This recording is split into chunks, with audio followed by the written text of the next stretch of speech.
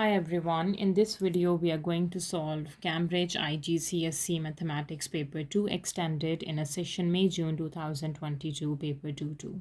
So let's begin with question 1. Question number 1, at mid-noon the temperature is 4 degrees Celsius. At midnight the temperature is minus 9 degrees Celsius. Work out the difference in temperature at noon and midnight. So the noon is 4. Subtract the midnight is minus 9. So 4 minus 9 is 4 plus 9. That is equals to 13 degrees Celsius. Right. Now for question number 2, Tibet records the number of cars of each color in a car park. The color and the number of cars. He draws a pie chart to show this information. Calculate the sector angle for the red cars. So the frequency, the number of red cars are 3. For pie chart is 360 degree. Divide the total number of cars is 8, 5, 4, 3. So let me add 8 plus 5 plus 4 plus 3. 8 plus 5 plus 4 plus 3, that is 20. And multiplying with the number of red cards, that is 3. We can get the sector angle. 360 divides 20 times 3. 54 degrees is the sector angle. Right. Now for question number 3, figs cost 43 cents each. Okay. So one fig, the cost of one fig is equals to $0.43. Lera has $5 to buy some figs. Calculate the largest number of figs Lera can buy and the amount of change in cents she receives. Okay, so she has 5, right? So if we have to do $5 divides 0.43 to get how much figs? 5 divides 0.43. So she can buy complete 11 figs. Okay, and how much is the return? Okay, so first we need to find the cost of 11 figs. Cost of 11 figs. That is 11 times 43 cents, 11 times 0.43. This is equals to $4.73. Right. And from $5 we have to find the change. Change is $5 subtract $4.73. So 5 subtract answer, she will get a change of 27 cents. Right. Now for question number 4, find the value of. That is easy. So we have the radical with the multiplication. So we have to put it under one radical sign. 68 times 153. Do the product and take square root. 68 times 153 and the square root of answer is 102. 102. Question number 5. Find the total surface area of a cuboid with the length 8 cm, width 6 cm and height 3 cm. So surface area of a cuboid has a formula 2 times of length into width plus width into height plus height into length. Right. So the surface area is equals to 2 times of 8 times 6 plus 6 times 3 plus 3 times of 8. Right. So just simplify what is 8 times 6 and add 6 times 3. Right. And then add 3 times of 8 is 90 and then multiplying by 2 is 180. So 180 centimeters square is the surface area of a cuboid. Question number 6. Some cards have either a square, a circle, or a triangle drawn on them. Pitt chooses one of the cards at random. Complete the table to show the probability of choosing a card with each shape. So the shape is square, circle, triangle, and the probability. So we know that the sum of the total probability is 1. Right. So how can we find for the triangle? So we have to do 0.2 plus 0.32 and 1 subtract answer. That is 0.48 for the triangle. Right. Now for question number 7, the price of coat is 126 dollars. In sale, the price is reduced by 18% reduction. Find the sale price of the coat. Okay, so first we need to find the reduction. How much is the reduction, right? So the reduction is 18% of the original price, right? 18 divides 100 times 126. So the reduction is $22.68 is reduced from the original price. So the sale price is from the original price of the coat, subtract the sale is 18%, right? So 126, 6, subtract answer, that is equals to 103.32. This is the sale price of the coat, $103.32. Question number 8. The nth term of a sequence is n square plus 12. Find the first three terms of the sequence, right? So for the first term, we put n equals to 1, n equals to 2, and n is equals to 3. So 1 square plus 12, that is equals to 13. 2 square plus 12. 2 square is 4. 4 plus 12 is 16. And for the third term, we can do 3 square plus 12. 3 square is 9. And 9 plus 12 is 12 plus 9 is 21. So these are the first three terms of a sequence. Question number 9. The bearing of B from A is 0.59 degrees. The bearing of B from point A, this angle is 59 degrees. Work out the bearing of A from B. The bearing of A from point B. So we need to draw the north line at B. This is a north line.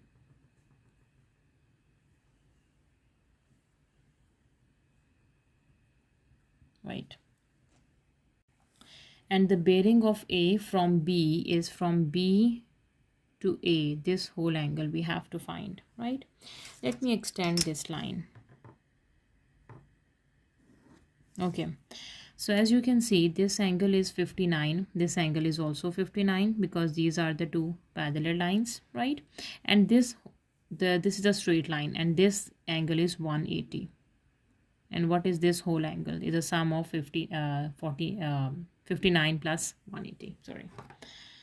So this is 180 plus 59, that is 239 degrees is the bearing of A from B. 239 degrees. Question number 10, we have a vector P and Q. Part A, find P minus Q. So P is 2, 8 minus Q is minus 1, 4. So 2 minus minus 1. So 2 plus 1 is 3. And 8 minus 4 is 4. 6P. 6 times of P is 2, 8. 6 times 2 is 12. And 6 times 8 is 48. Right. Find the absolute of P minus Q. So P minus Q is this. So the magnitude of P minus Q is square root of the x component square plus y component square. Square root of 9 plus 16. 9 plus 16 is square root of 25, and that is equals to 5.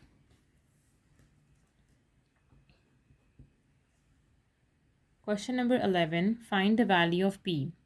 So here the basis is same, 6, 6. We can add the powers P plus 4, and this is equals to 6 power 28. Now on both sides of equality, the base is 6 and 6. We can compare the powers. So here P plus 4 equals to 28, and the P value is 28, subtract 4. So 28 minus 4 is 24. This is a value for P.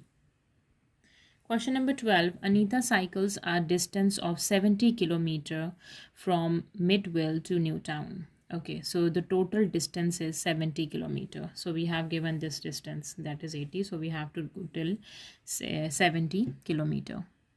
Okay. Now, leaving Midville, she cycles for 1 hour and 30 minutes. So 1 hour and 30 minutes is 1.5 hours. At a constant speed of 20 kilometer per hour, the speed is given, and then stops for 30 minutes She then continue the journey to Newtown at a constant speed of 16 hours per kilometer per hour. Now for part A on the grid, draw the distance time graph for the journey. Okay. So for distance time graph, for the first we have given that she leave the Midville and cycle 1 hour 30 minutes at a constant speed of 20 kilometer per hour. So 1 hour 30 minute is over here. This is 0 to 1 hour and this is 30 minutes. So this is 0 to 1 hour and 30 minutes. This is 1.5 hours, right? This is 1.5. Okay, but here we do not have given the speed, we have the distance. So we have to find the distance by using the speed and the time. So the distance is equals to, by using the formula, speed is distance by time, right? And the distance is speed into time. So we have the speed is 20 kilometer per hour times 1.5 hours. So hours and hour is cancelled, we can get in kilometer. So 20 times 1.5, 30. So the distance is 30 kilometer.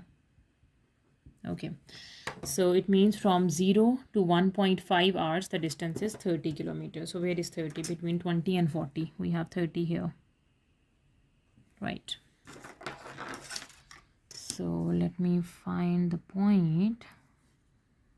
Yes, so this is a graph, right? From 0 hours to 1.5 hour the distance traveled is 30 kilometer. Okay, now we have given that, and then stops for 30 minutes, and the stop, it means it stop, no distance covered. For 30 minutes is mean 1.5 hours to 2 hours is 30 minutes. So this is just a straight line, no distance covered, right? And she then continued the journey to Newtown at a constant speed of 16 kilometer per hour, right? So now we have given the speed and we do not know the time, and we know that the total distance must be 70, right? Now she has covered the distance 30 kilometer, right? How much distance is left, right? 70 minus 30, 40 more kilometer is left, right? So now for the second part of the graph, we have to use the formula again, speed equals to distance over time. We have to find the time, right? So time equals to distance over speed, because the time is not given. So speed is 16 kilometer per hour and we got the distance is 40 kilometer is left, right? So time is 40 kilometer divides 16 kilometer per hour. So 40 over 16, 40 divides 16, this is 2.5 hours. Yes, the time is 2.5 hours, right? So then till 70 kilometer, so this is 70, 2.5 hours. Now it is at 2. So in at 2 add 2.5 hours. 2 to 3 is 1 hour, 3 to 4 is another 1 hour, and 3 to 4 to 4.5 is 2.5 hours, right? And at we have a 0.70 here, and this is 4.5, this straight line, and the 70, right? So this is the distance time graph for the journey, right? Now for part B, calculate the average speed for the whole journey. So average speed is distance over time. Average speed is total distance traveled over total time taken. So the total distance traveled is 70 kilometer and the total time taken is from 0 to 4.5 hours. So the distance traveled is 70 kilometer and the time taken is 4.5 hours. And we have to find it in kilometer per hour. So we have to keep the units as it is. Just 270 divides 4.5. 15.56 kilometer per hour is the average speed of the whole journey. Question number 13. Without using a calculator, work out this fraction, the subtraction. You must show all your working and give your answer as a mixed number in its simplest form, as a mixed number, right? So 8 times 4 is 32 plus 1 is 33 divides 8. Minus 6 times 2 is 12 and 12 plus 5 is 17 divides 6, right? Now the denominators are different. We have to make the same denominator by multiplying with a suitable number. So 6 and 8, what is a common multiple? That is 24, right? 6 times 4 is 24 and 8 times 3 is 24. Right, so 3 times 33 is 99 over 24 minus, this is 24. What is 17 times 4? 17 times 4, 4 times 7 is equals to 28. 4 times 1 is 4 and 5, 6. This is 68. And do 99, take away 68.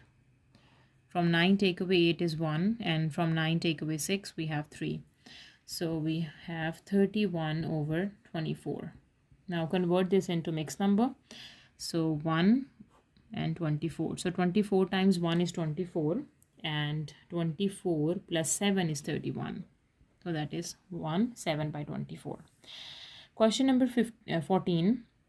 Carlos invests $4,540 at a rate of R% per year compound interest.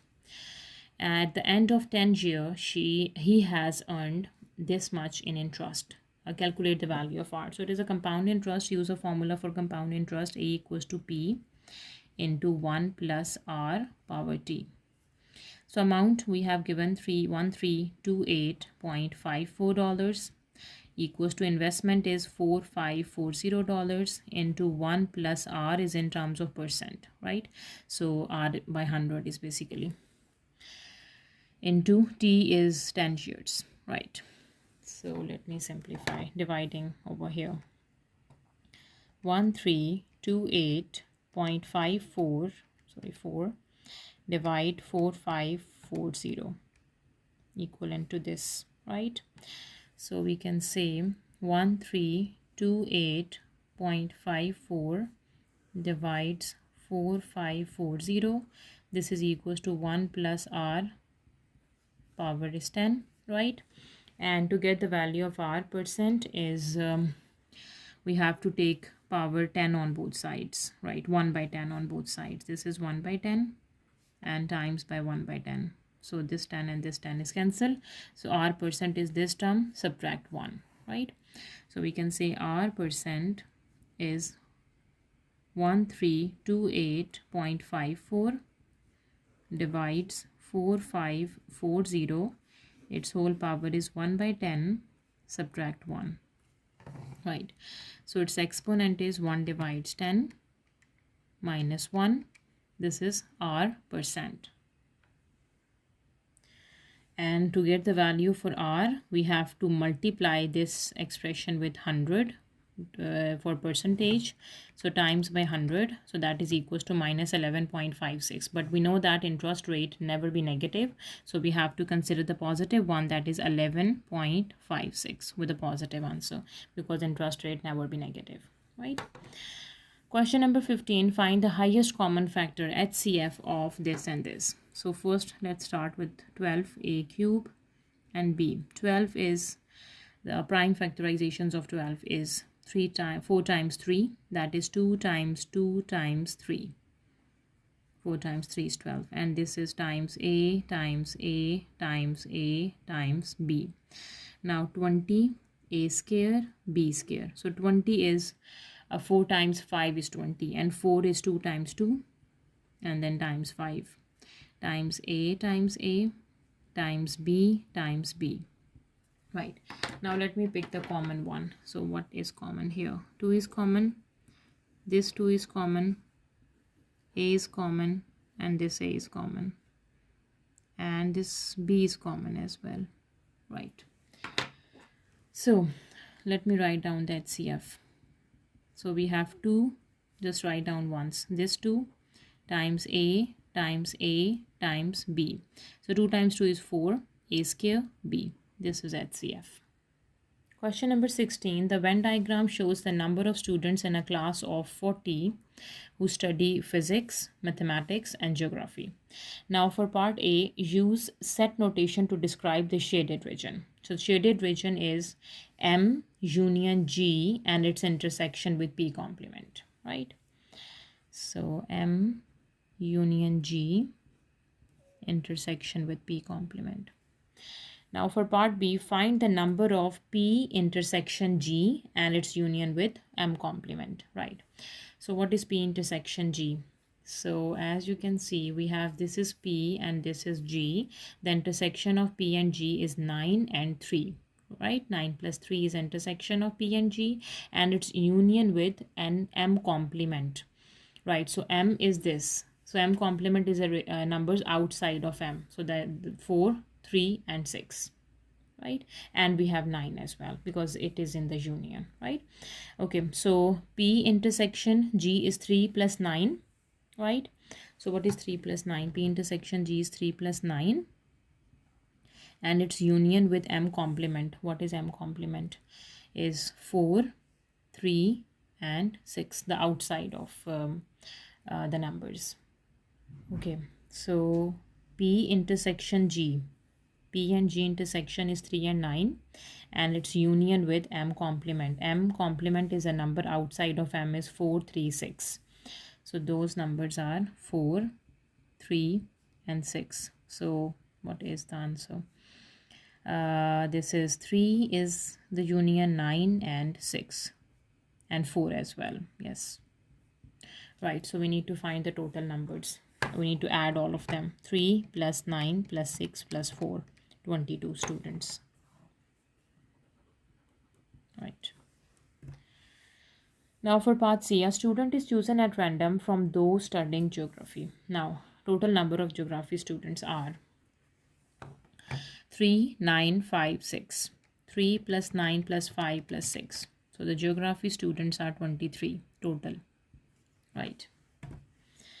Okay, find the probability that this student also studies physics or maths, but not both, physics or maths, right?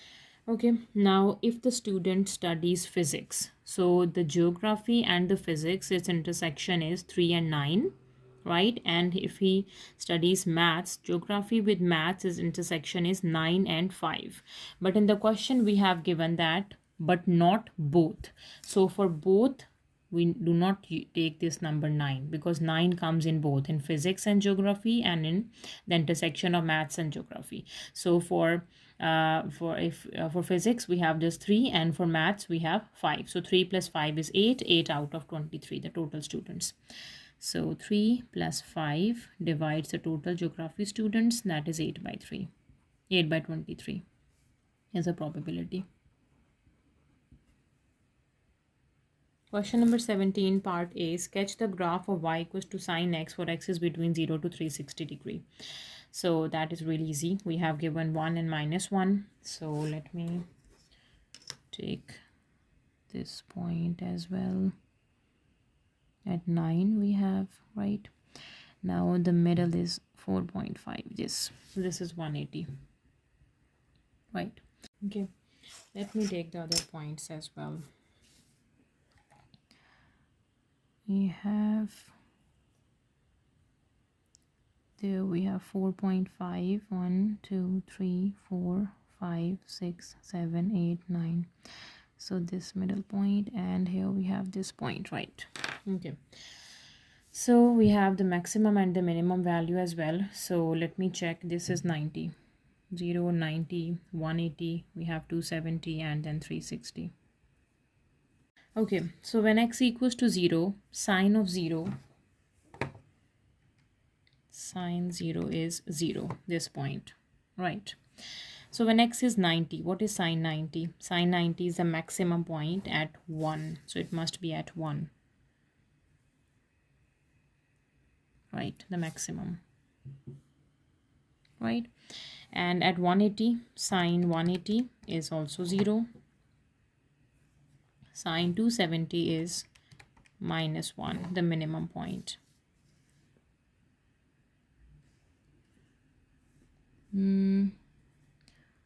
This point here, yes. Okay, and sine 360 is also 0, right? This is 0. Now let me sketch the curve, make sure my curve passes to each and every point. So this is the sketch for sine x.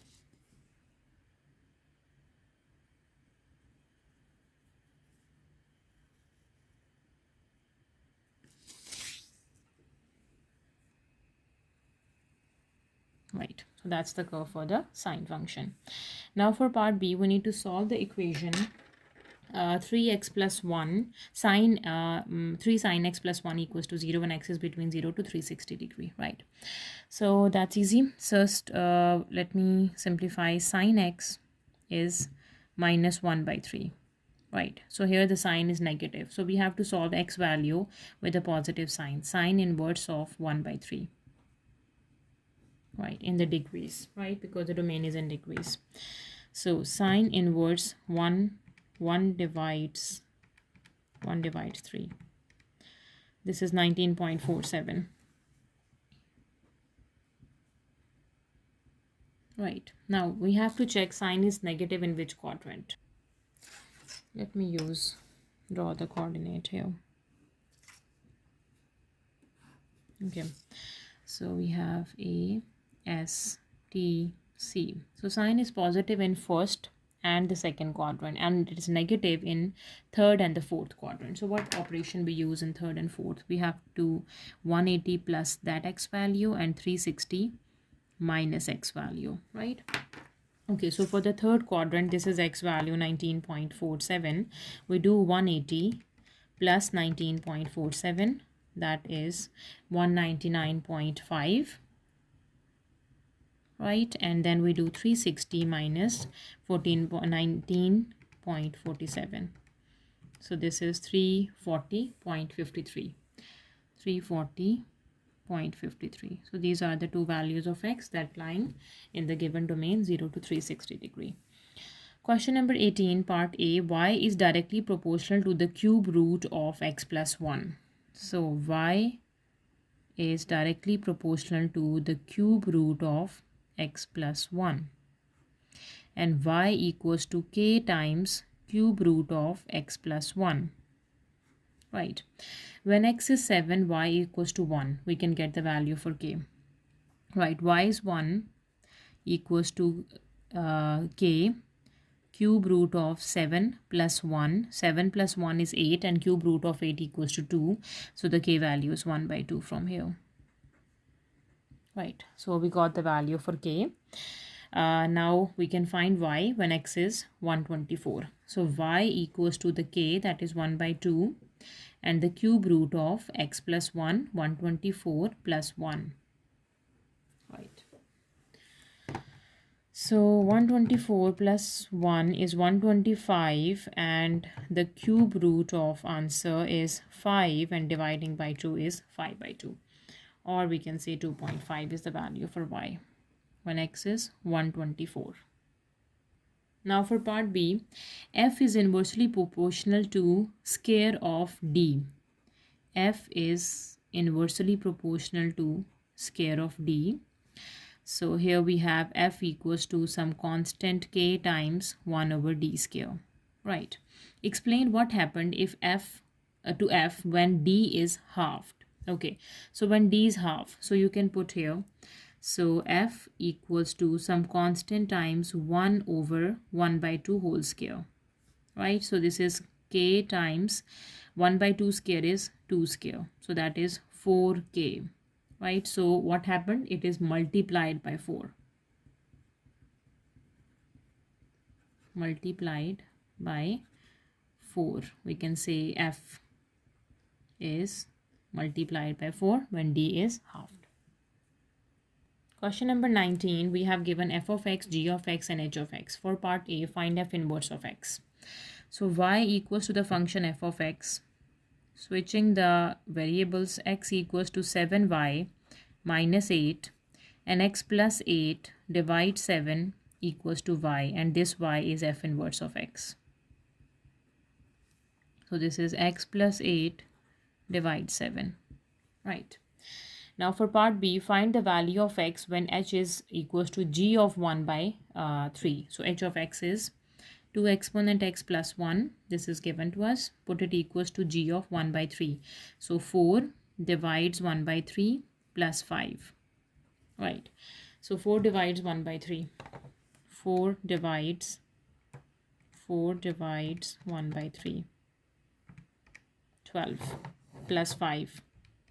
17. This is 17. So 2 exponent x equals to 17 minus 1, that is 16. And 16 to the power of 2 is 2. Power 4 is 16. Yes, 2 exponent 4. So now the bases are same. We can compare the exponent. So the x value equals to 4. Right.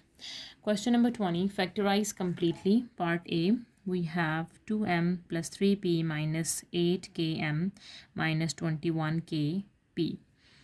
Okay, so we have 2m plus 3p is as it is. Right, let me take negative sign common, and 4 is common and k is common. Right, and we have 2m plus 3p. So the factors are 1 minus 4k and 2m plus 3p. So this is a complete factored form. 1 minus 4k into 2m plus 3p. Now part B, 5x square minus 20y square. Right, so first let me take the variable 5 common, the coefficient 5 common. X square minus 4y square. Right, so 5 is outside. This is x plus 2y and x minus 2y. So this is the complete factored form. Right here, 5 into x plus 2y into x minus 2y. Question number 21. The nth term of the sequence is equals to this. This is the nth term. We can say nth term is equals to an square plus bn minus 4. The first term is minus 3. The second term is 2. Find the value of a and b. So first term is minus 3 and the second term is 2. So if nth term is this, so for the first term n equals to 1, and for the second term n is equals to 2. So put n equals to 1. So we have a plus b minus 4 equals to minus 3. So a plus b equals to minus 3 plus 4. So a plus b equals to 1. This is my first equation, right? Now for second term, n equals to 2. So a, 2 square is 4, plus b, we have 2, minus 4 equals to 2. So 4a plus 2b equals to 2 plus 4, that is equals to 6. So 4, 2 and 6. Let me divide throughout the equation by 2. So 2a plus b equals to 3. This is my second equation. Now we can solve the two system of linear equations and we can find the values of a and b, right? So let me subtract the two equations to cancel b, right? So a plus b equals to 1 and 2a plus b equals to 3. So subtracting the two equations, we need to change the signs, right? So positive b and negative b's cancel out, and 1a minus 2a is minus a. This is equals to minus 2. So a is 2, right? Substituting the a value into equation 1 to get b. So from here the b value is 1 minus a. So this is 1 minus minus 2. Sorry, this is 1 because a is positive 2, sorry. And 1 minus 2 is minus 1. So the b is minus 1. Okay, now moving to question number 22. We have OA is x, OB is y, and O to D is 3 by 7x plus 4 by 7y. Calculate the ratio AD and DB. A to D and D to B. Okay, so let me draw the line OD. Okay, this is OD and we have given OD equals to this, right? So first we need to find what is AD. So AD, this AD follows the path of A to O and O to D. AO plus OD. AO is minus x and OD is 3 by 7x plus 4 by 7x, so 7y. Okay, so 3 by 7 and minus 1. 3 divide 7, subtract 1 is minus 4 by 7x plus 4 by 7y. Right, now let me find DB. DB. DB follows the path of D to O and O to B. DO plus OB. B. So DO is negative with a negative sign this whole term. So minus 3 by 7x and minus 4 by 7y. And O to B is y plus y. So here minus 3 by 7x and what is y? 1 subtract 4 divide 7. Okay, 1 minus 4 divide 7, that is 3 by 7 plus 3 by 7 y. Right. So we need to find the ratio now. This is AD and this is DB. So let me arrange AD and DB. AD ratio DB. Taking 4 by 3 common, right? We have y minus x. 4 by 7. This is 4 by 7 is common. We have y minus x and ratio. 3 by 7 is common. We have y minus x. Right. So on both sides, we can cancel the like terms. We can cancel 7, 7 and y minus x. So the ratio is 4:3. This is 4 and 3 is left. So 4:3. Question number 23. The diagram shows a solid metal shape made from a cone and a hemisphere. This is the cone and this is the hemisphere. Both has with the radius 6.2 centimeter. The total surface area of the solid shape is 600 centimeter square, right? Calculate the slant height L. We need to find this L. The surface area A of a sphere with a radius R is 4 pi r square. This is surface area of a sphere. And for hemisphere, the surface area of hemisphere is equals to 2 pi r square dividing by 2, right? The curved surface area of a cone with the radius R and the slant height L is A equals to pi r L. Okay, so and the total surface area we have given, right? So as you can see, we have the total surface area is the surface area of hemisphere and this cone, right? So as you can see, this portion is joined, this hemisphere and the cone is joined, right?